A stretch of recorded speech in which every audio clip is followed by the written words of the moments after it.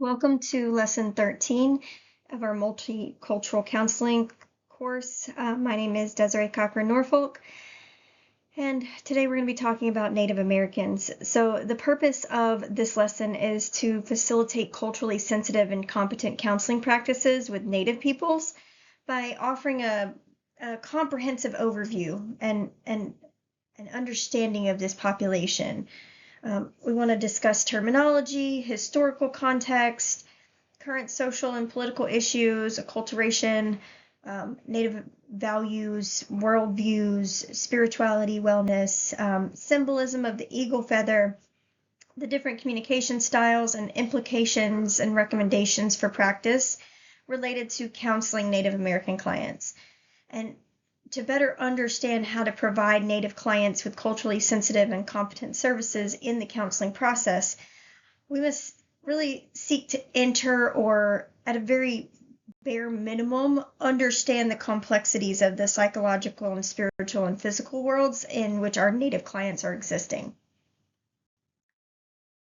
So I want to start out with an activity here. I want you to take a moment to answer these questions.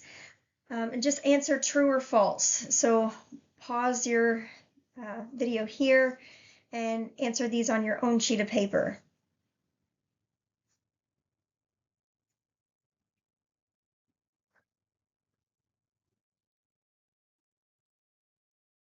Now let's go over these. The question, there's a difference socially and legally between people who self-identify as Native versus those who are enrolled tribal members. This is true. Columbus was not the first person to explore the New World or to have contact with the native peoples of this continent. That is also true. He was not the first person. From 1778 to 1871, there were 370 documented treaties negotiated between the U.S. government and Indian tribes. This is true. Indian people were granted U.S. citizenship as soon as they were put on reservations. This is false. All of the major tribes in the United States are located west of the Mississippi River. This is false. Suicide rates are higher for Native Americans than any other group in the U.S. This is true. Approximately 50% of Native American population resides in urban areas. This is also true. Native traditionalists worship multiple deities in their tribal spiritual traditions. This is false.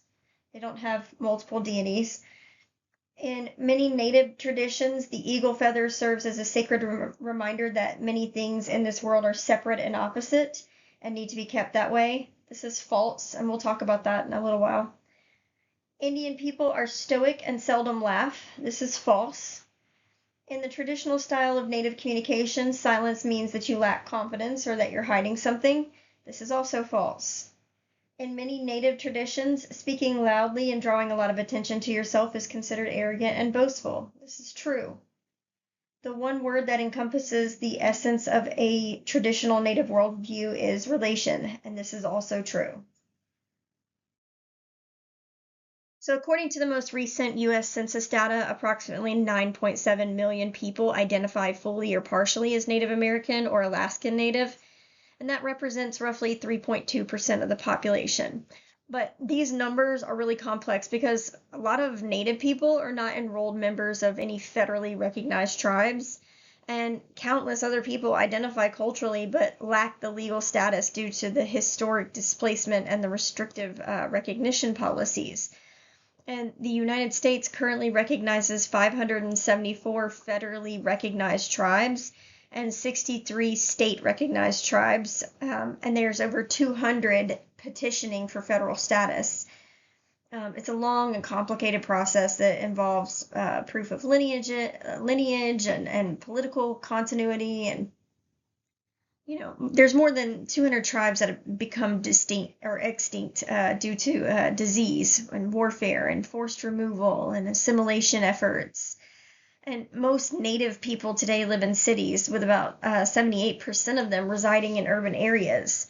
So that means that a lot of Native clients that we as counselors are going to encounter might not live on reservations, and they may experience some complex cultural connections, but also some disconnections as a result of that.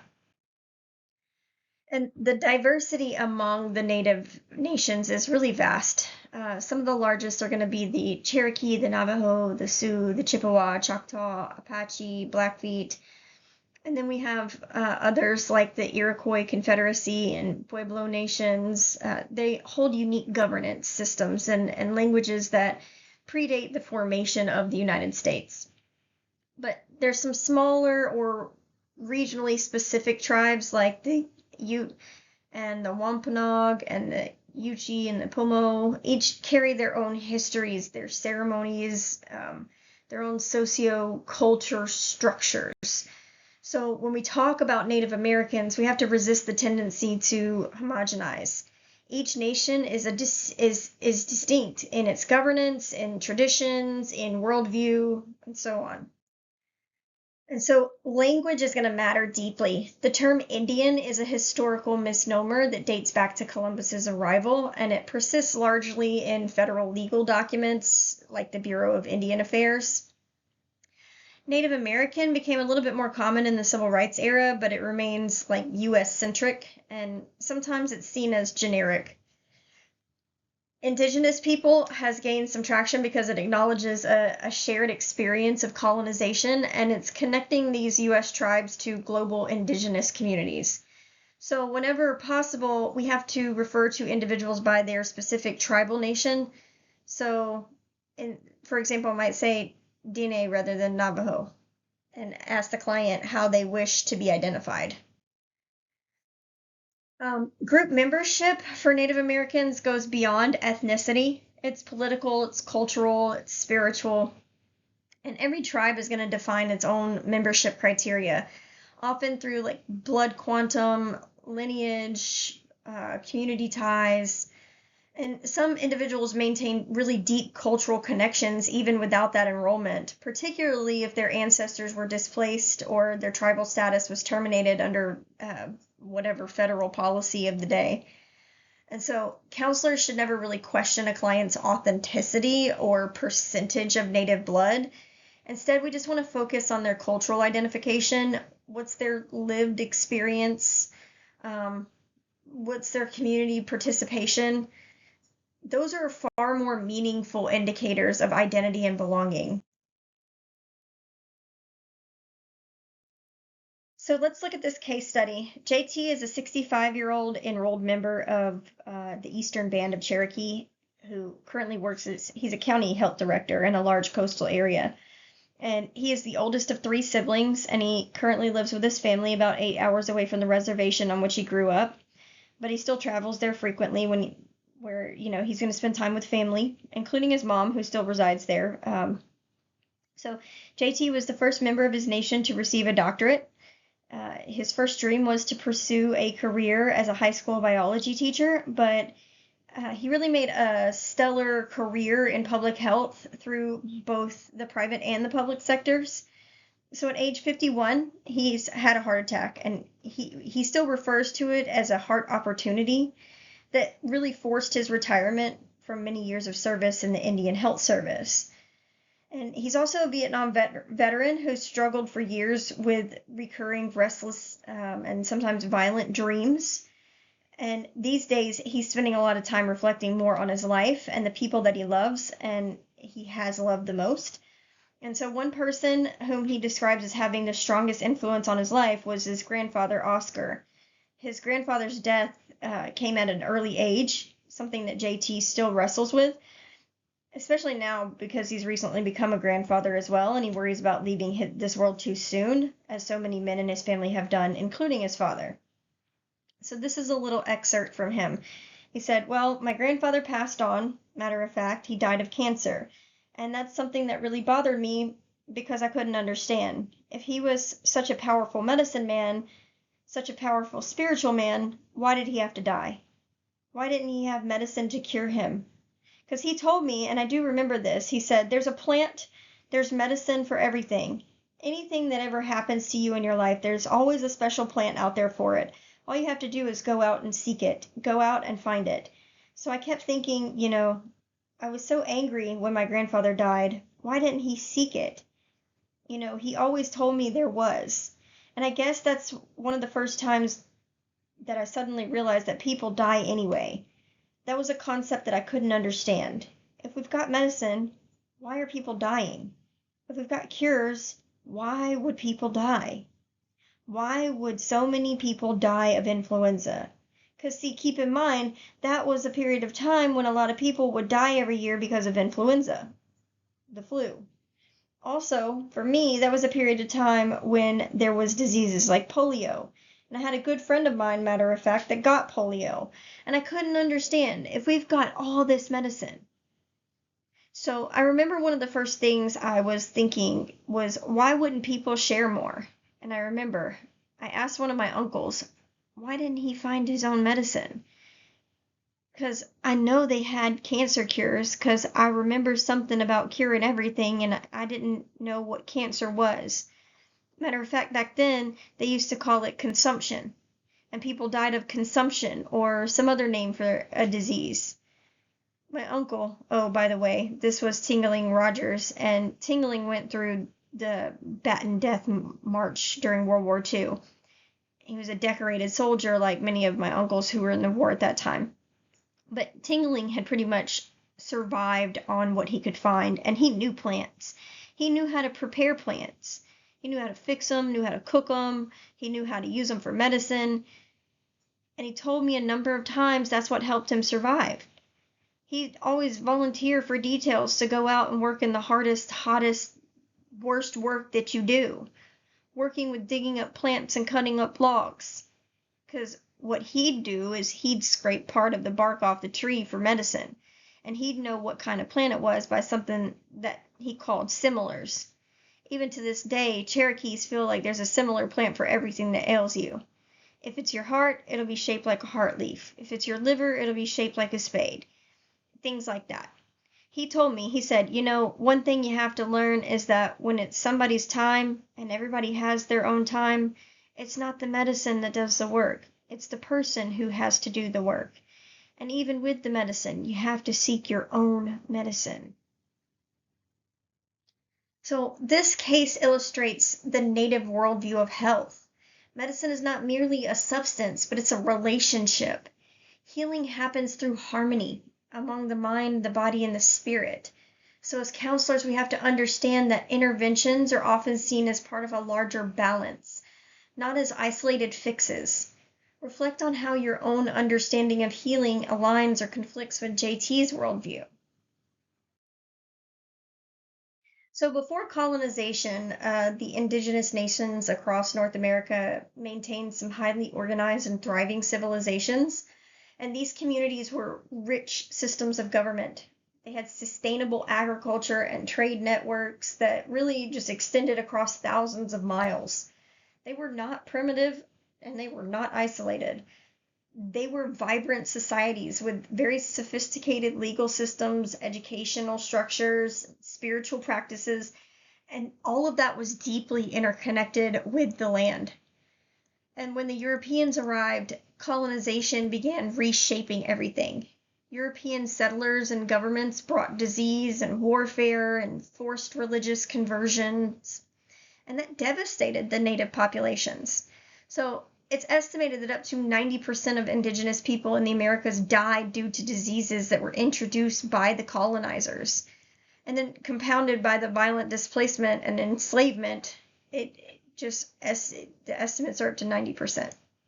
So the process wasn't just physical conquest. It was cultural, it was psychological domination, and all of that was intended to erase the indigenous identity. So in 1830, the Indian Removal Act authorized the forced relocation of native tribes from the southeastern United States to territories that were west of the Mississippi River. And that resulted in the infamous Trail of Tears, where thousands of Cherokee and Creek, Chickasaw, Choctaw, and Seminole people were marched hundreds of miles, and a lot of them died from exposure and starvation and disease. And these forced migrations set the stage for centuries of generational trauma and systemic inequities that are still affecting Native families today. Then in 1887, we had the Dawes Act, which intensified this dispossession by breaking up the communal tribal lands into individual plots. And this process was known as allotment.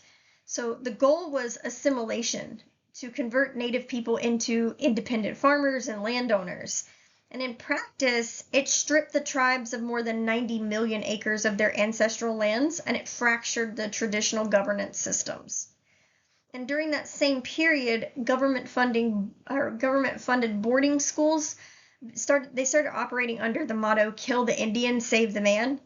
So Native children were taken from their families, oftentimes by force, and they were placed in institutions where they were forbidden to speak their languages or practice their ceremonies or see their relatives. And a lot of them suffered abuse and neglect and death in those facilities. And the intergenerational effects of those policies, identity loss, shame, and trauma, they're still felt profoundly within Native communities today. And then the early 20th century brought gradual reform. The Indian Reorganization Act of 1934 ended the allotment, and it allowed some degree of tribal self-governance, and it encouraged the tribes to adopt constitutions and restore communal land ownership. Although it was a step toward sovereignty, it still imposed the Western frameworks onto the Native governance. So the fight for rights is continuing throughout the 20th century. There's activism during the 1960s and 70s, and we saw the American Indian Movement, or AIM, which really demanded the restoration of treaty rights and the recognition of Native sovereignty. And then in 1978, the American Indian Religious Freedom Act was passed. And so this is the first time in U.S. history that it was made legal for Native Americans to practice their traditional religions and ceremonies and use sacred objects openly without government interference. And when we talk about Native American history, it's crucial to remember that this is not ancient history. It's ongoing. Colonization did not end. It evolved through laws and policies and systemic neglect. But equally important is the story of resilience. Native peoples have survived genocide and cultural destruction and forced assimilation, yet they are continuing to revitalize their languages and ceremonies and governance systems. So as counselors and helping professionals, understanding this history is going to help us see how that collective trauma is shaping individual and community experiences. And it's teaching us that cultural healing requires not only therapeutic empathy, but also social justice. Advocacy for sovereignty and land rights and the honoring of sacred traditions that were once outlawed. So today, Native Americans continue to fight for sovereignty and representation. Land disputes, pipeline protests, and the push for consultation in federal projects, these all highlight this ongoing need for recognition of the indigenous rights. And we know that Native women experience violence at rates 2 to 3 times higher than any other racial group, often on lands where jurisdictional gaps hinder the justice. And media and education are often going to fail to portray Native people accurately, and that's going to reinforce stereotypes or invisibility. So we need to remain aware that clients may carry frustration and exhaustion from those realities. Our role includes advocacy for systemic change, not just individual coping. And Native communities are going to face health disparities that are rooted in colonization and underfunded healthcare. So the Indian Health Service remains chronically understaffed and underfunded. Mortality rates are 50% higher than national averages. Alcoholism and diabetes remain prevalent, not as cultural flaws, but as outcomes of this historical displacement and poverty. Fetal alcohol syndrome rates are several times higher, and suicide among Native adolescents is a national crisis, and that's often linked to identity loss and poverty and intergenerational trauma. So counselors must adopt trauma-informed, culturally grounded approaches that affirm client strengths and support that community healing. So when we talk about education, the outcomes for Native youth are really lagging behind the national averages. Only about 3/4 graduate from high school, and fewer than 1 in 5 pursue college. And this gap reflects the systemic inequities: underfunded schools, cultural biases in curricula, and a lack of Native representation among educators. But resilience is going to shine through. Tribal colleges, mentorship programs, and culturally embedded education models are transforming opportunities for our Native youth. And counselors working in schools should really build bridges with tribal liaisons and integrate family and community engagement into academic interventions. Economic inequality in Native communities is really staggering here. Nearly 1/3 of Native individuals live below the poverty line, and unemployment is often triple the national average. A lot of Native workers earn less than $7,000 per year, and the median income remains half that of the majority population. Housing disparities are severe. Some reservations still lack electricity, plumbing, or telephones.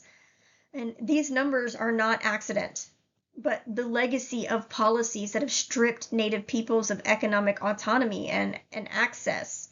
So as counselors, addressing these structural inequities means incorporating resource referrals and job support and community-based advocacy into that treatment planning. And tribal resources are central to cultural preservation and wellness. Many nations operate their own healthcare clinics, their own housing authorities, their own courts and educational systems. Others are going to maintain cultural resource departments that manage sacred sites and traditional arts and language revitalization programs. So when we work with Native clients, we need to familiarize ourselves with what tribal resources are available. Could it be tribal wellness programs or intertribal councils? There's a full range of things that we could reach out to.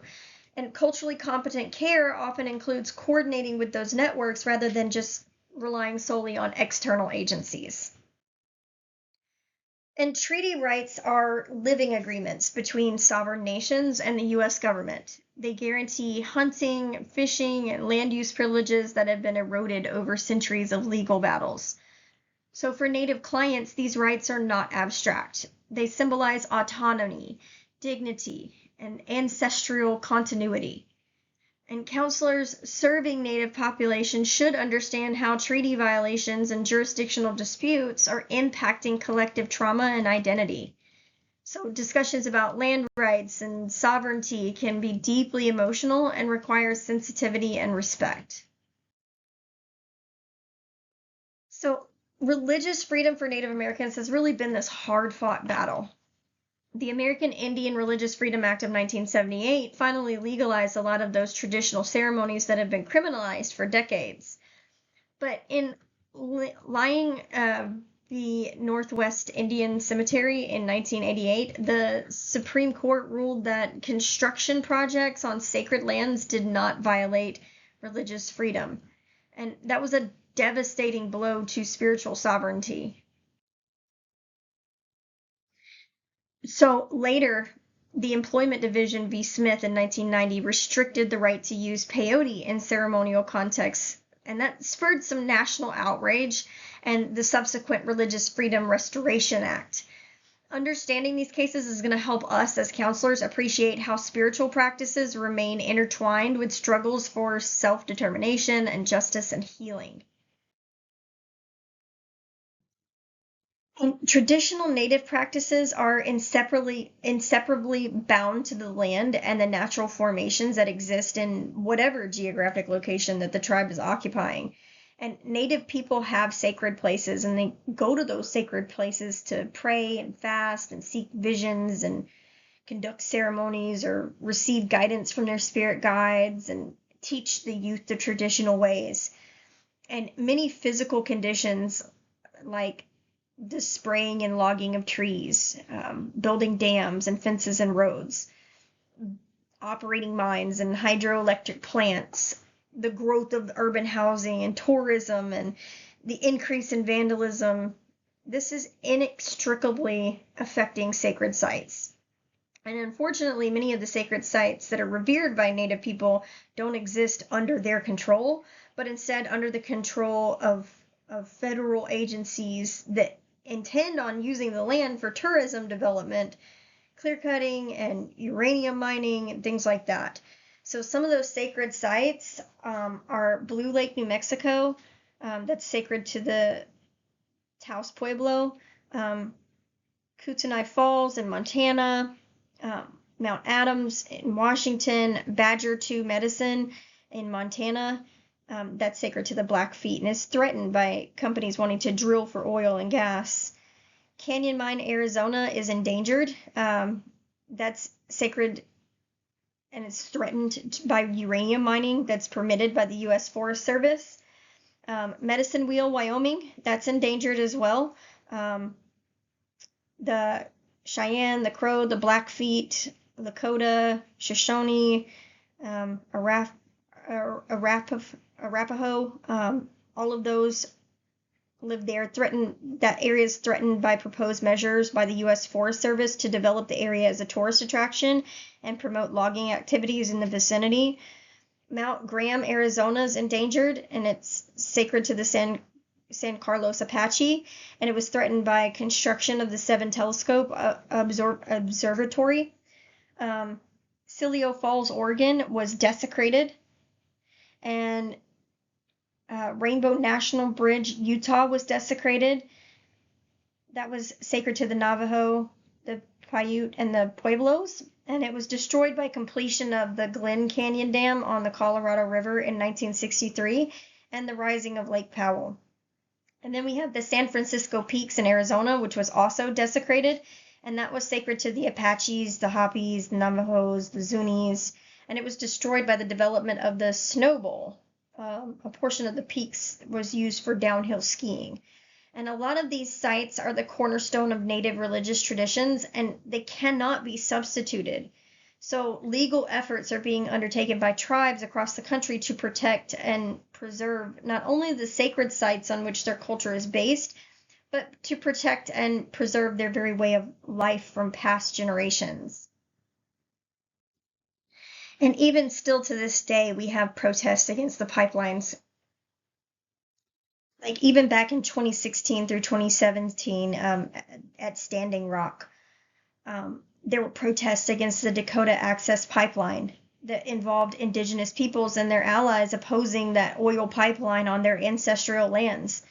And these protests were motivated by concerns over potential water contamination from the spills and the destruction of their sacred sites and the violation of that tribal sovereignty. And the protests were characterized by large-scale gatherings with thousands of supporters joining Native American tribes, and they were peaceful demonstrations, and there were some confrontations with law enforcement officers. Many ancient graves of Native people have been disturbed or destroyed by things like erosion and flooding, plowing, urban development, road building, land clearing, logging, vandalism, and worst of all has been the desecration of the Native graves by pot hunters and vandals seeking to loot for objects that are valued in national and international markets. It's been estimated that grave desecration and looting of Native graves reached its peak in the 80s. And outraged by such disregard and violation of sacred areas, Native Americans, the nations, demanded an immediate return of all that was rightfully theirs, including the skeletal remains and the burial goods and the sacred objects. In the end, Native people have persevered through the passage of critical legislation that really now protects the Native grave sites from looting, and it provides Native people with legal means for reclaiming both remains and sacred objects. A lot of these remains and objects have been ceremonially returned to their original sites when it's possible under the careful guidance and blessing of the tribal elders and the medicine people. And as many tribes and nations continue to move toward increased sovereignty, land and national resources are only part of the issue. It's a constant source of controversy between Native and non-Native people about the mascot issue. Sports teams across the country have been challenged to do away with stereotypic racial images of Native people as mascots. So we have like the Atlanta Braves, the Washington Redskins, the Cleveland Indians, the Florida State University Seminoles. And for the most part, these images tend to fall into one of two categories: the hostile, warlike Indian, or the dopey clown-like figure with a headdress and a big nose and red skin and big lips and other stereotypical features. So Native people in many places have become increasingly outspoken, demanding the same respect both socially and legally that is paid to the other cultural groups in the United States. And when it comes to cultural perceptions, one of the biggest issues that comes to mind when most people think of Indians these days is gaming. Casinos, bingo halls, they're almost everywhere in Indian country. And in most cases, what that means for Native nations is increased capital in a short period of time. And the challenges that really accompany that lifestyle and that business.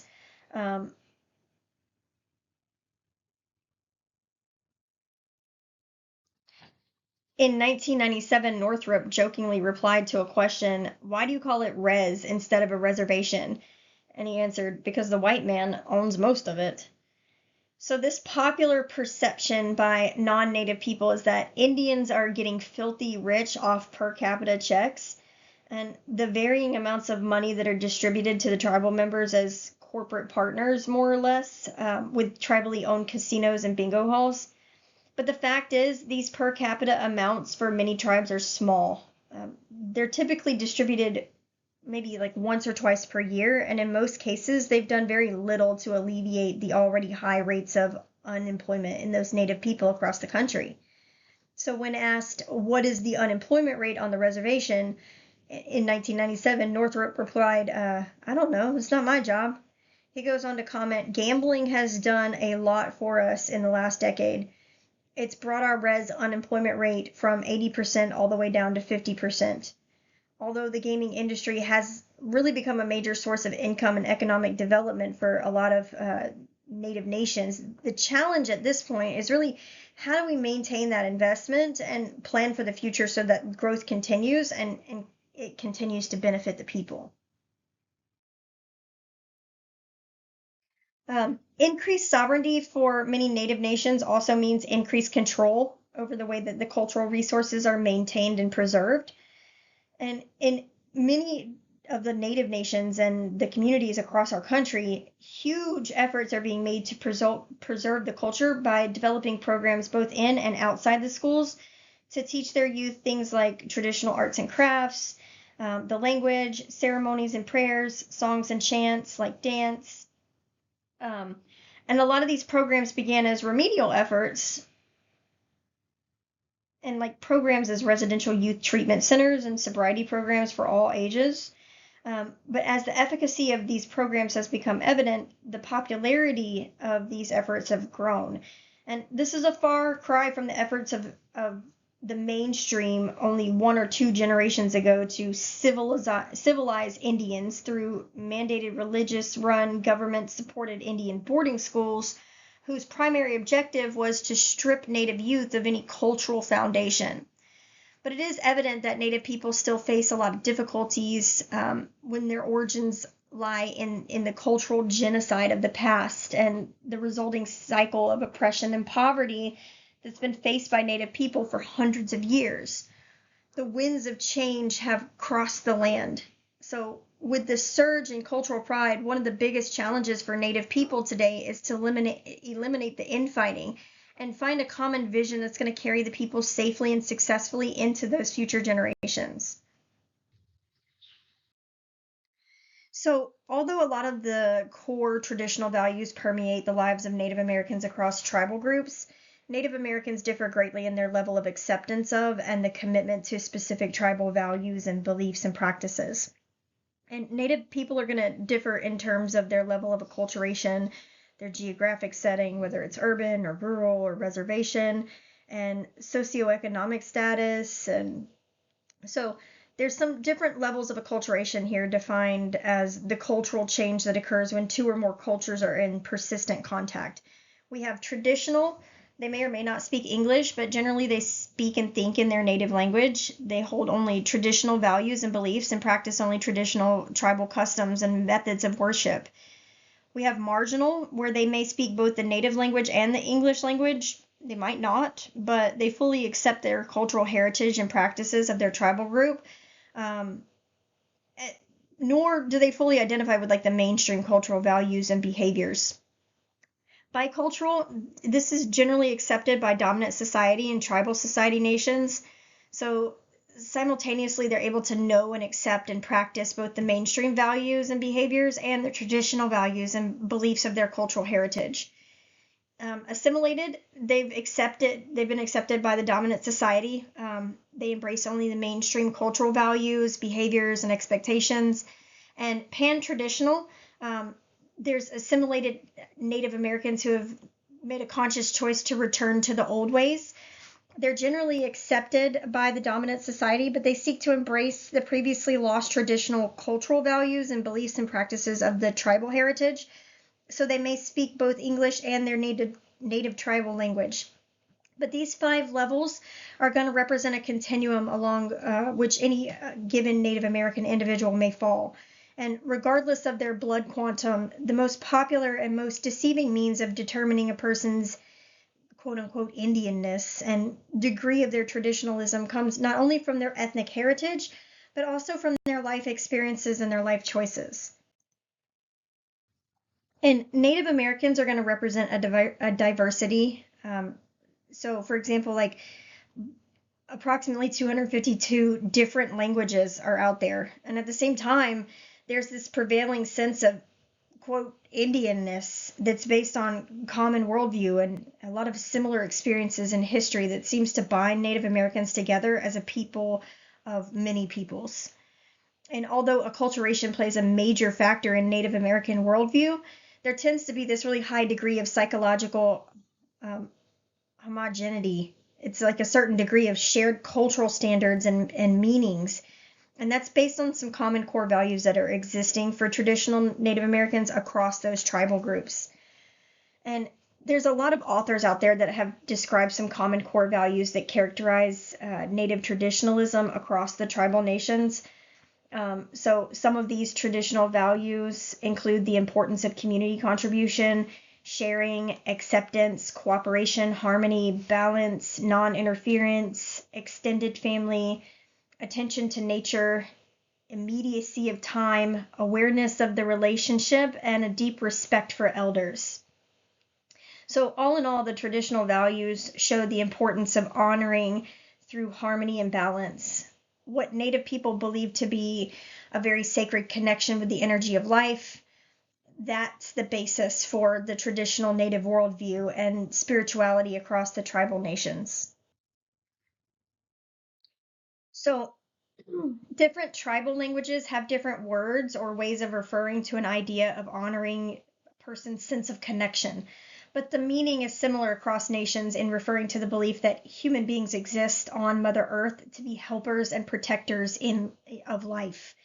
So in the Native communities, it's not uncommon, like, for example, to hear people use the term caretaker.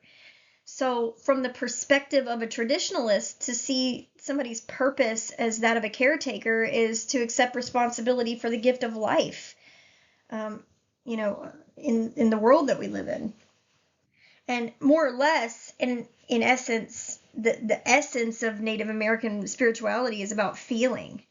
The feeling of connection is something that's available to all of us through experienced, though we're going to experience it in a number of different ways. It's important for us to note that the spiritual beliefs of Native Americans is going to just depend on a couple of factors, like what's their level of acculturation, where are they located geographically, what's their family structure, what have been their religious influences, what are their tribally specific traditions. It is possible to generalize to some extent about a number of basic beliefs characterizing Native American traditionalism and spirituality across the tribal nations. So there's these basic Native American spiritual and traditional beliefs are that There is a single higher power known as creator or great spirit, or sometimes they call him the great one. And there's other names out there. Um, and sometimes it's referred to in gender form, but not necessarily one gender or another. There's also lesser beings known as spirit beings or spirit helpers. And then with plants and animals, like humans, they're part of the spirit world. And the spirit world exists side by side with, and it intermingles with the physical world.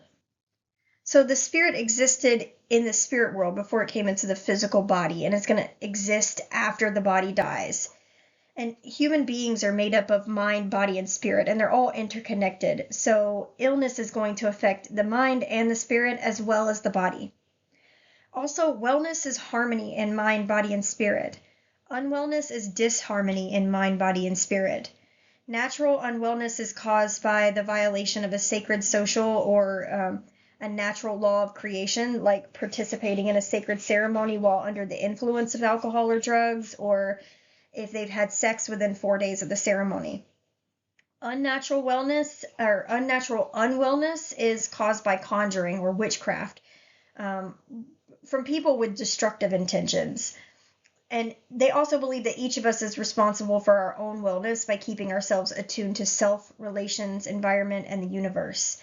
So this is just some of the beliefs in Native American spirituality that crosses the tribal boundaries, but it's by no means a comprehensive list.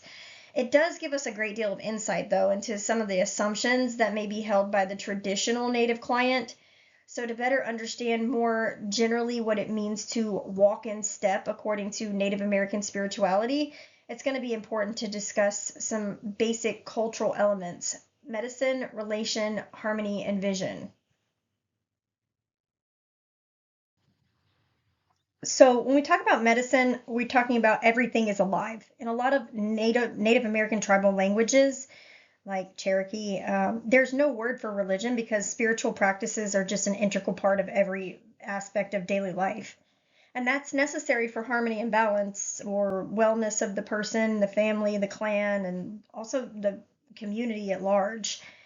So healing and worship are considered as one and the same. So for Native American people, the concept of health and wellness is not only a physical state, but a spiritual one as well. Medicine as a native concept is going to imply the essence of our being or our life force that exists in all creatures on Mother Earth. In a traditional way, medicine can really consist of physical remedies like herbs, teas, poultices for physical ailments. But medicine is simultaneously something much more than a pill that you just take to cure illnesses or get rid of pain or correct a physiological malfunction. Medicine is everywhere. It's the very essence of our inner being. It's what gives us our inner power. Harmony is the next one, and that just means that everything has purpose.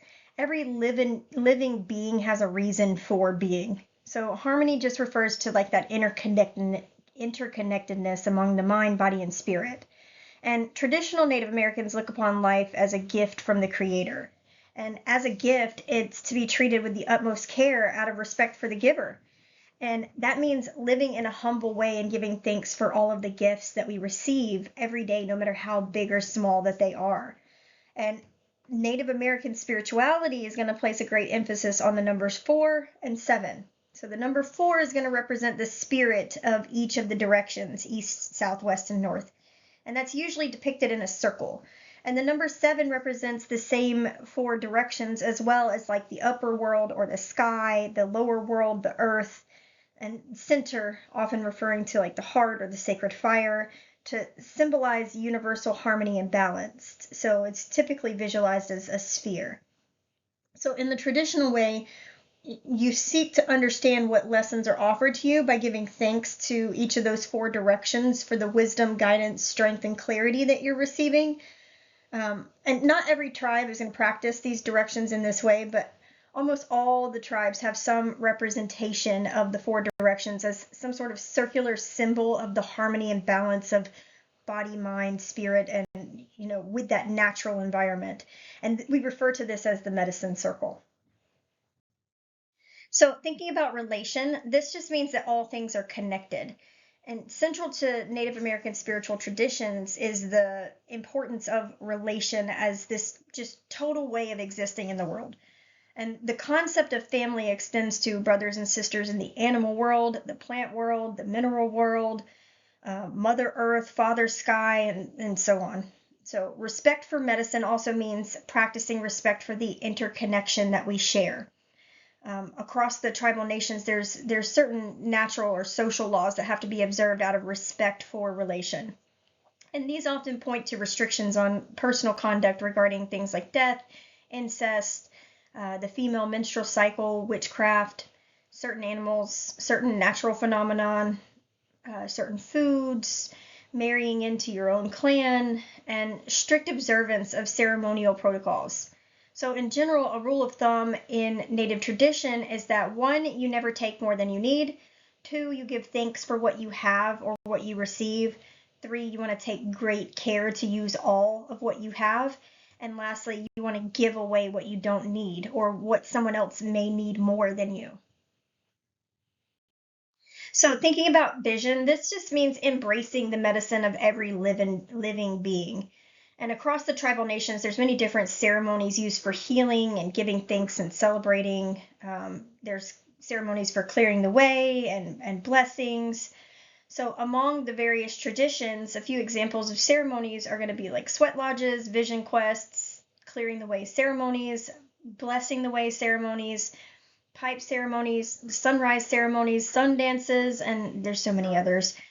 But one of the functions of the ceremonial practice is to reaffirm one's sense of connection with that which is sacred.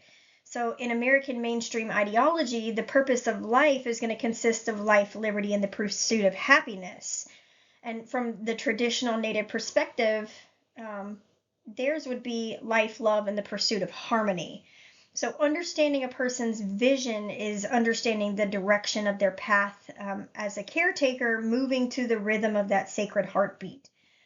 As Black Elk Ogallala Lakota medicine man put it, the good road and the road of difficulties you have made me cross, and where they cross, the place is holy. So traditional Native people have they experience a really unique relationship between themselves and the tribe. In a very real sense, Native American people are extensions of the tribal nation, socially, emotionally, historically, and politically. And so for a lot of Indian people, cultural identity is rooted in tribal membership and community and heritage. Many Native nations are matriarchal or matrilineal. Some of them are matriarchal and patrilineal, but there are those that follow that patriarchal patrilineal ways too. And then there's other variations of like gender dominance and tracing of family heritage. So in turn, this affects not only the communal and the social structure and the functioning, but also the family and the clan structure and their functioning. So the extended family, and this goes back at least 3 generations, and then the tribal group are going to take precedence over everything else. So the tribe is just this independent system of people who perceive themselves as part of the greater whole rather than a whole that's consisting of individual parts. So traditional Native people are going to judge themselves and their actions according to whether or not they're benefiting the tribal community and its continuous harmonious functioning. And in mainstream American society, worth and status are based on what you do or what you have achieved. So for Native Americans, who you are is where you come from. And Native Americans essentially believe that if you know my family, clan, or tribe, then you know me. So as a result, traditional Native people might be more likely to describe some aspect of their family or their tribal heritage when asked to talk about themselves. And it has been said that about the most unfavorable moral judgment an Indian can pass on another person is to say he acts as if he didn't have any relatives. So upon meeting for the first time, a lot of Native Americans are going to ask, where do you come from? Who's your family? Who do you belong to? Who are your people? The intent is to find out where they stand in relation to this new person and what commonality exists between them. In fact, this is just really a simple way of building bridges, of recognizing, bridges that already exist, but maybe they're not yet known. And so family may or may not consist of blood relatives, and it is a common practice in the Indian way to claim another as a relative, so they welcome them into their real family, and from that point on, the person is a relative. That's that. After all, family is a matter of blood and of spirit. Native elders are the keepers of the sacred ways. So they're the protectors, the mentors, the teachers, the support givers, regardless of what their social status is. Native communities are going to honor their elders. These are the keepers of the wisdom for their lifetime's worth of knowledge and experience. The elders have always played an important part in the continuance of the tribal community by functioning the role of parent, teacher, community leader, spiritual guide, and so on. So to refer to an elder as grandmother, grandfather, uncle, aunt, old woman, old man is to refer to a very special relationship that exists with that elder that's really characterized by this deep respect and admiration. So in the traditional way, the prevalence of cooperation and sharing in the spirit of community is essential for harmony and balance. It's not unusual for a Native child to be raised in several different households over time. That's generally not due to like a lack of caring or responsibility, but because it's both an obligation and a pleasure to share in raising and caring for the children in that person's family. So grandparents, aunts, uncles, and other members of the community are all responsible for the raising of the children, and they take that responsibility very seriously. And there's this special kind of relationship that's based on mutual respect and caring between the Native elders and the Native children as they're moving through this circle of life. They go from being cared for to caring for. So in 1997, Red Horse put it this way: with increase in age comes an increase in the sacred obligation to family, clan, and tribe. So Native Americans the elders are going to pass down to the children the tradition that their life force is going to carry the spirits of the ancestors. And with this emphasis on that connectedness, the Native traditions revere children not only as those who are going to carry on the wisdom and the traditions, but also little people who are still very close to the spirit world and from whom we have a lot to learn. So in 1990, Brentero, Broken Leg, and Van Bakern, they related a story shared with them by Eddie Bellero. And this was a Cree elder from Alberta, Canada. So in a conversation with his aging grandfather, a young Indian man asked, "Grandfather, what's the purpose of life?" And then after a long time in thought, the old man looked up and said, "Grandson, children are the purpose of life. We were once children and someone cared for us, and now it's our time to care." So, boasting of someone's accomplishments and loud behavior that attracts attention to yourself, that's discouraged in that traditional way. Self-absorption and self-importance, that really brings disharmony upon yourself and your family. So in the circle, the group has to take precedence over the individual. And the wisdom of age takes precedence over youth. Though it doesn't make anyone better or more worthy than anybody else. A lot of times, though, the traditional person may drop their head or eyes at, or maybe at least, be careful not to look into the eyes of another as kind of a sign of respect for any elder or any honored person. No one's worthy of staring into the eyes of an elder and looking into the spirit of that honored person. This is also an act that signifies that a person doesn't view themselves as, better than anyone else. And traditional Native views concerning property really accentuate the underlying belief that whatever belongs to the individual also belongs to the group, and vice versa. So it should come as no surprise to see that, Indian people share or give their possessions away to others in certain circumstances. Generosity is considered a sign of wisdom and humility.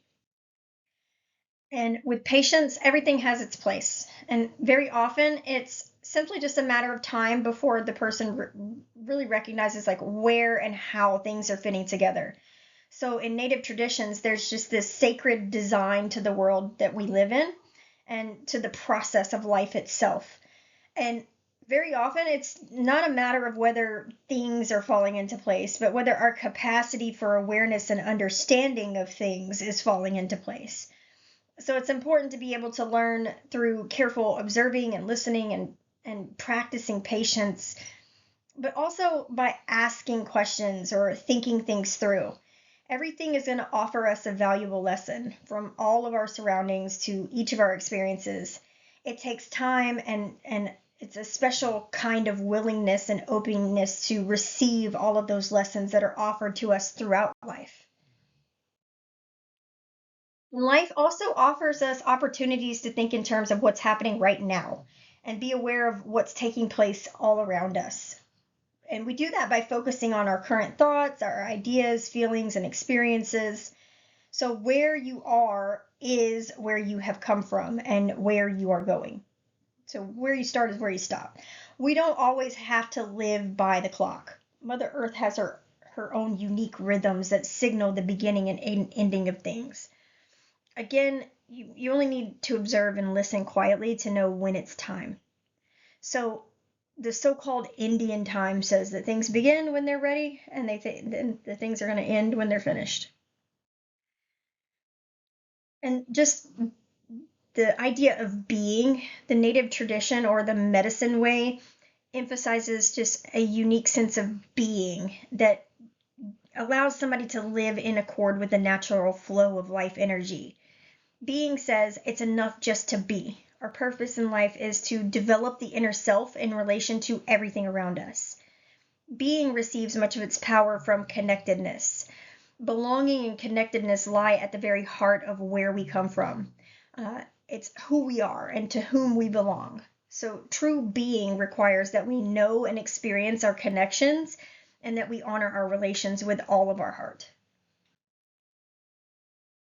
So eagle feathers, they're considered to be infinitely sacred among Native Americans who they're using these feathers for a variety of purposes, like ceremonial healing and purification. So eagle medicine represents a state of presence that's achieved through diligence and understanding and awareness and just a completion of tests of initiation like vision quests or other different demanding life experiences.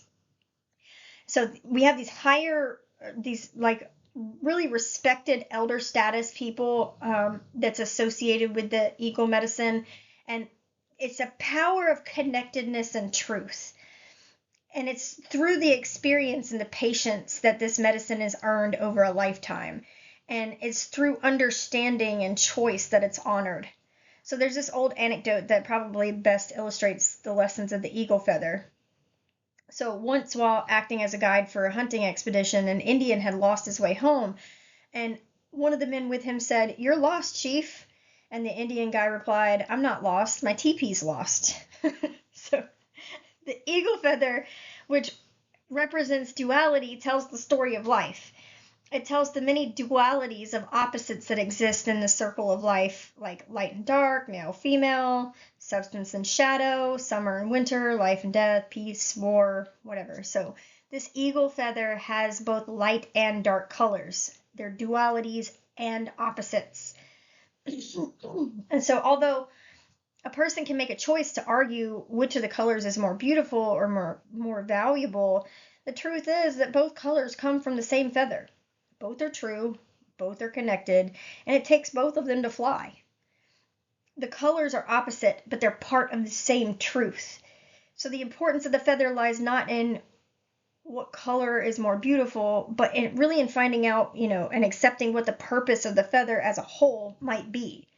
So in other words, there's no such thing as keeping the mountains and getting rid of the valleys. They are one and the same. They exist because of one another. And one of the elders put it like this: the eagle feather teaches about the rule of opposites, about everything being divided into two ways.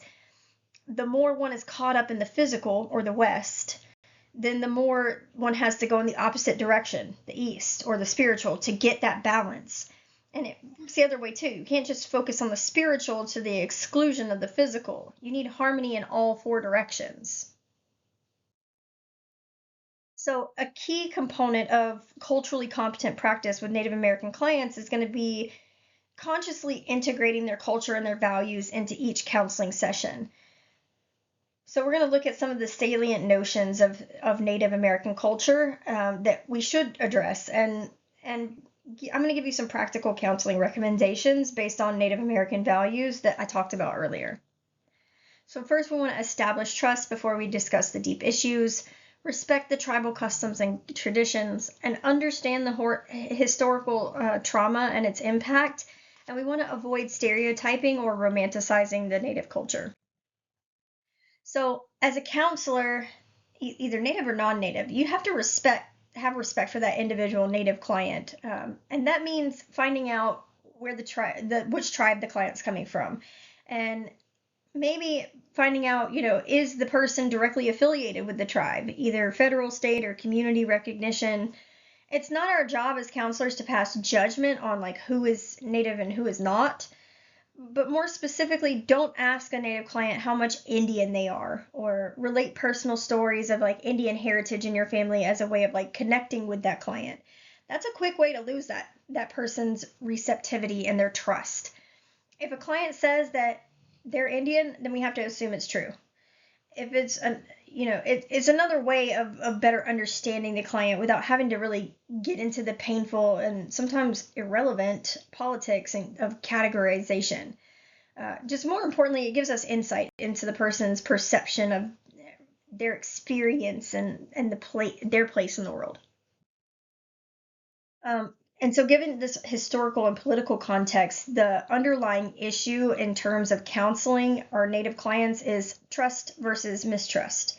So, the question we ask ourselves as a counselor is, what can I do to create and maintain trust with a Native client? And by educating yourself about the history of the tribes from which the client comes, then you can better understand the impact of the institutional racism and the acculturation and the meaning of the Native American experience for any given client. And when we work with a Native client, it's going to be important to get a sense of that person's level of acculturation by informally assessing their values, which might be traditional, marginal, bicultural, assimilated, pan-traditional. We want to look at their geographic origin and their residence. Do they live on the reservation? Do they live in rural areas? Are they urban? And then we want to look at their tribal affiliation. So what is the tribal structure? What are the customs and the beliefs?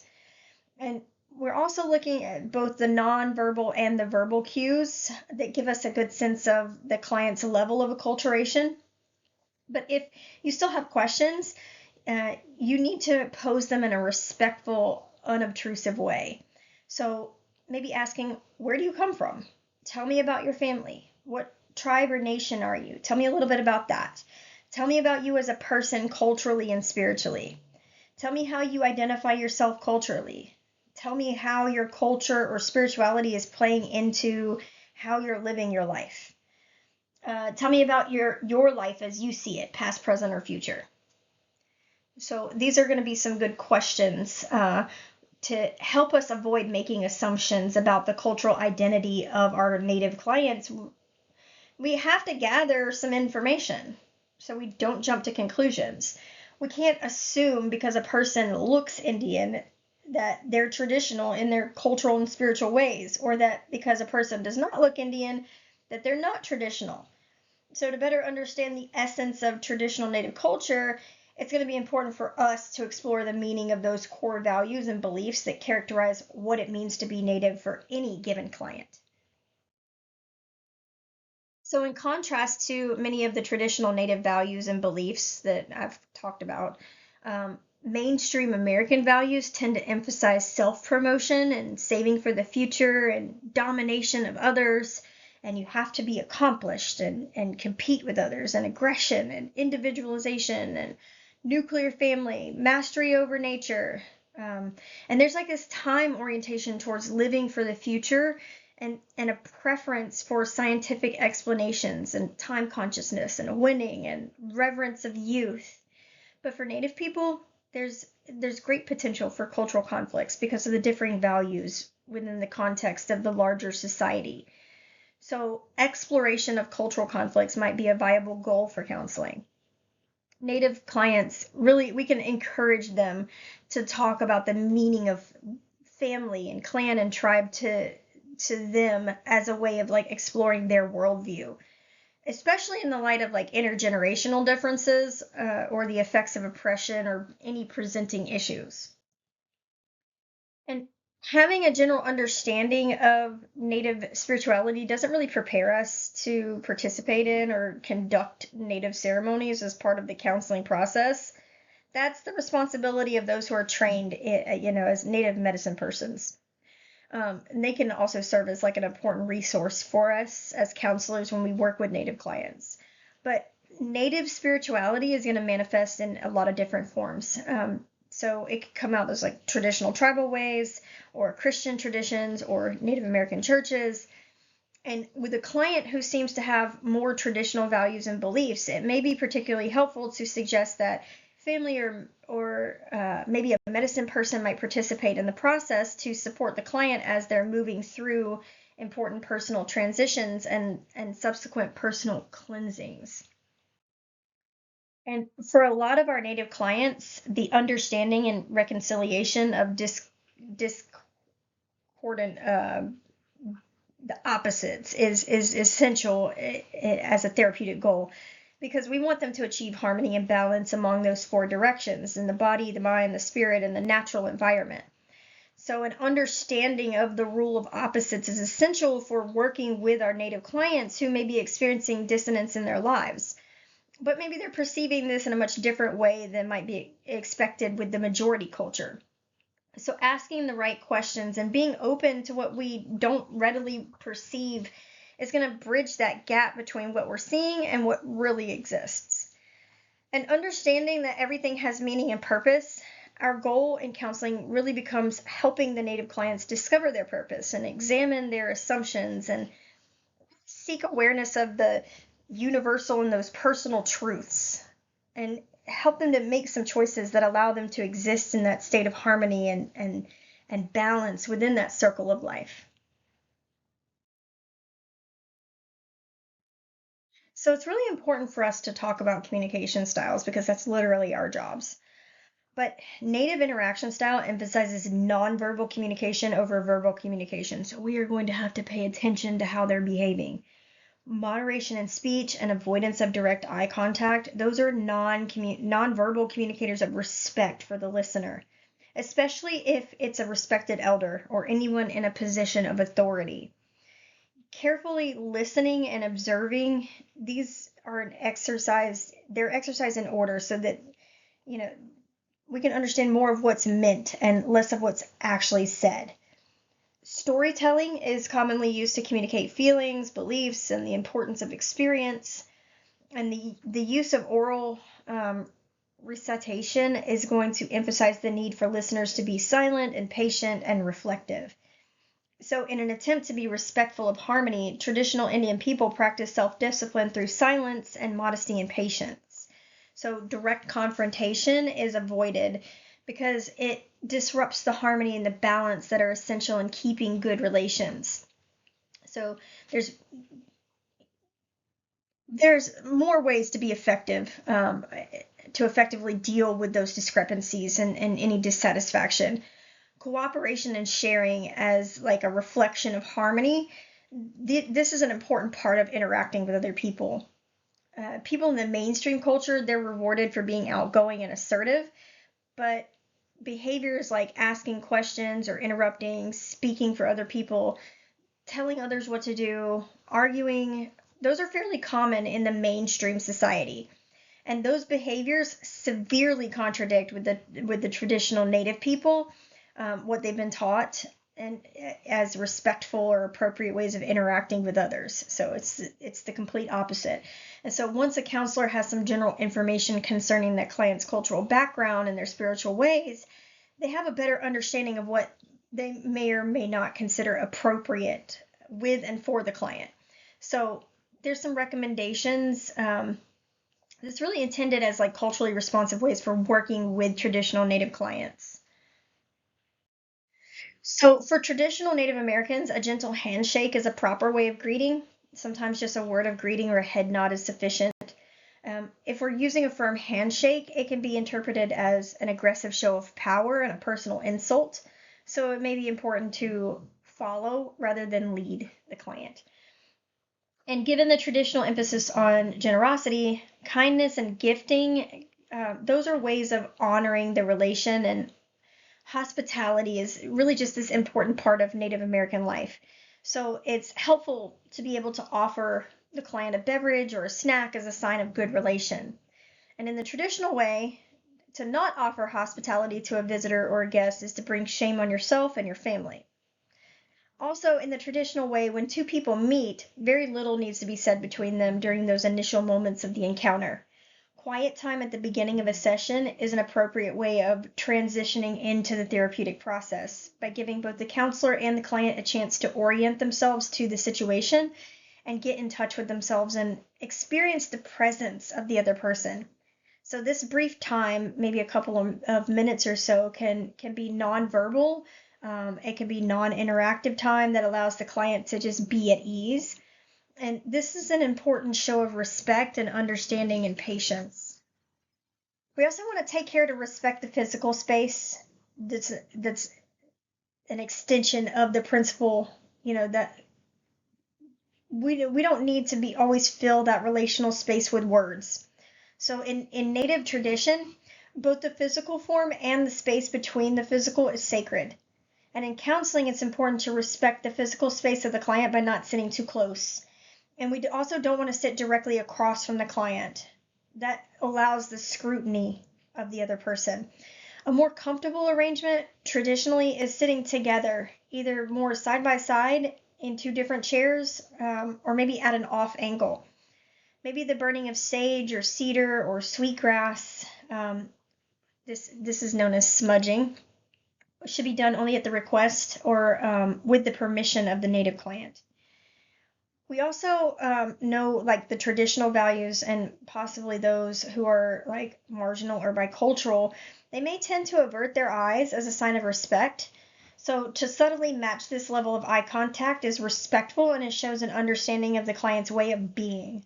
The eyes are considered to be the pathway to the spirit. So to consistently look someone in the eye is to show a level of entitlement or aggression.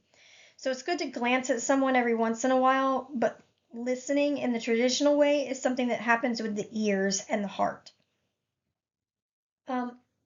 So one of the biggest issues with many Indian clients is in the counseling relationship is the issue of trust. And that shouldn't come as a surprise given the history of like all the broken promises and the exploitation that a lot of those tribal nations have survived.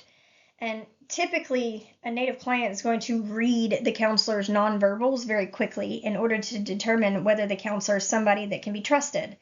So counselors can focus on honoring the mental space between the counselor and the client by really seeking to offer respect and humility in the counseling process.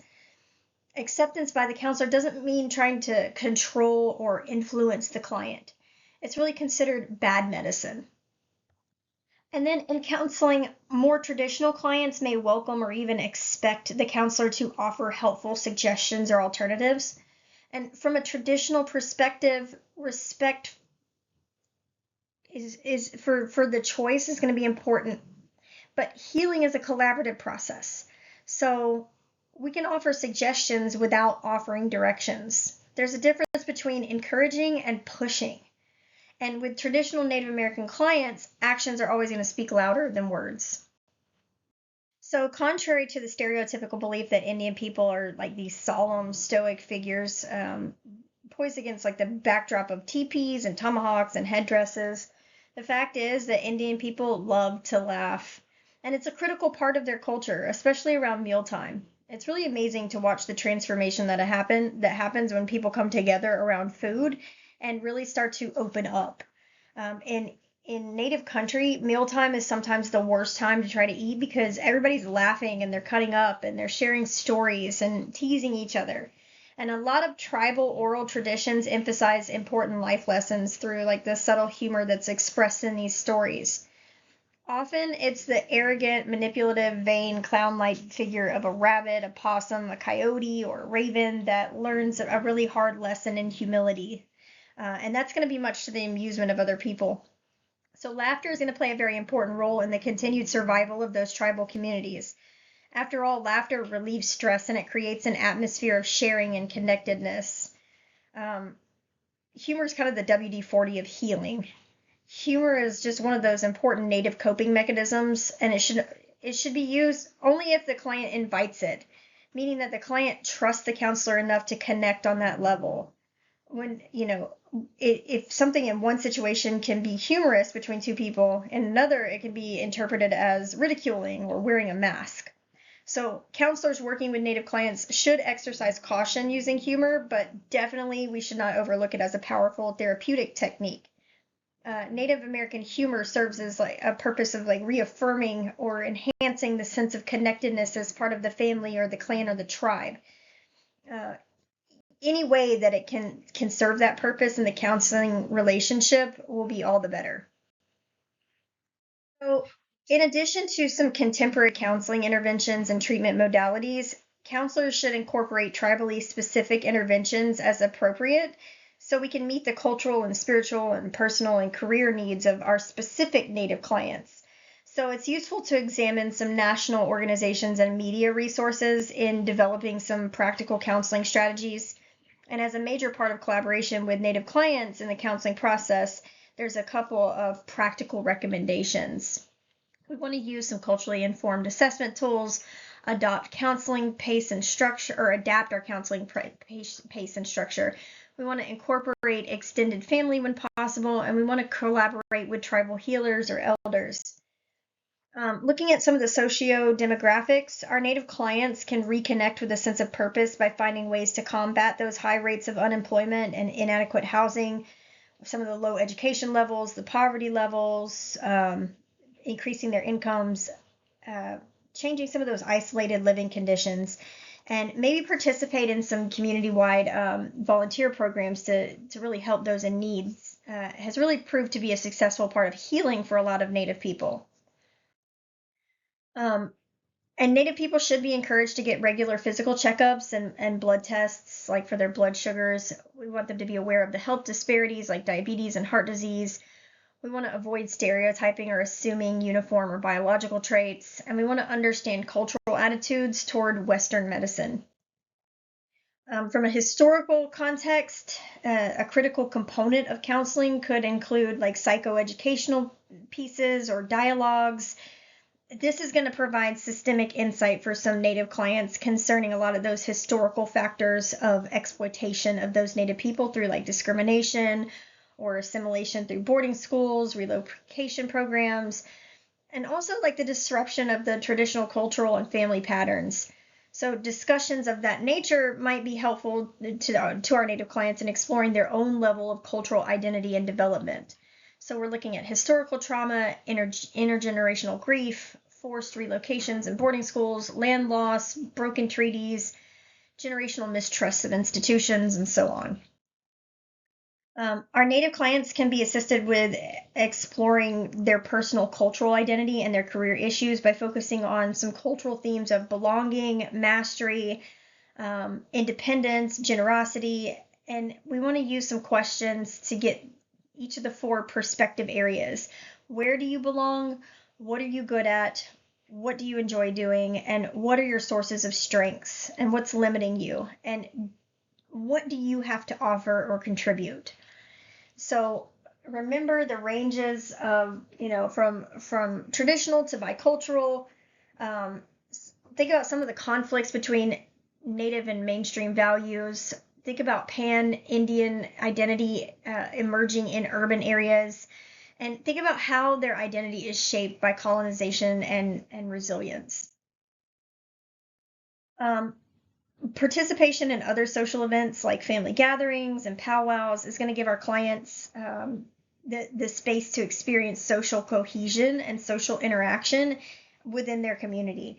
And so some of our Native clients can really benefit from this sense of reconnection with their community and their traditional roles. And we can accomplish this through like the revival of tribal ceremonies and practices like talking circles, sweat lodges, powwows, peyote meetings, and reestablishing a sense of belonging and that communal meaningfulness for the Native people. And this kind of is like an idea of like returning to the old ways as just this integral part of modern life. We also need to think about geographic isolation on reservations, urban relocation and cultural disconnection, and the importance of community and belonging and healing. Native clients of all different ages can benefit from acting as or learning from elders, serving as role models and teachers for young people.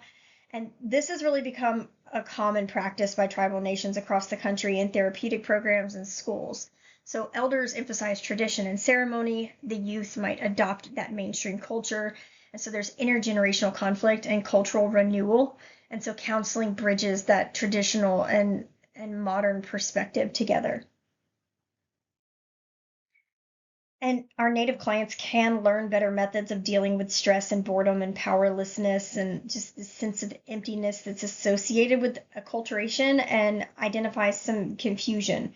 So consultation with or participation of a medicine person, like a traditional Native healer, may prove very powerful. We also want to incorporate spiritual practices and prayer, have some community support and storytelling, use our humor and creative expression, and ceremonies for grief and healing and transition. We also want to make sure that we're not interfering. Avoidance behavior of family and community members can be addressed with our Native clients as well as with family and community members to the extent that it's not destructive.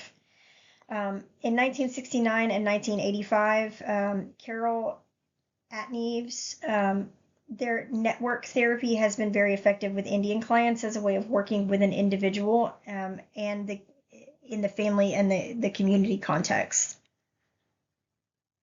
So we want to make sure that we're respecting their autonomy and their self-determination, but we're acting as facilitators, not directing. So we want the clients to choose their own path and avoid imposing our own values or solutions on our clients. So I want you to investigate some Native organizations. Investigate the Native social, economic, educational, and political organizations like the American Indian Movement, First Nations Development Institute, the Morningstar Institute, the American Indian College Fund, American Indian Science and Engineering Society, the Native American Public Broadcasting Consortium, or the Native American Rights Fund. And as you're doing this investigation, I want you to ask, what are their primary characteristics? How are they comparing with one another? And how might they be useful when we are working with our clients in schools or communities? How can we use these to support our clients?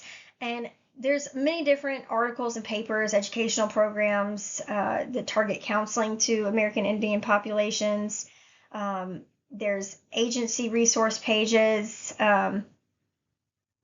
that have specific information, educational materials,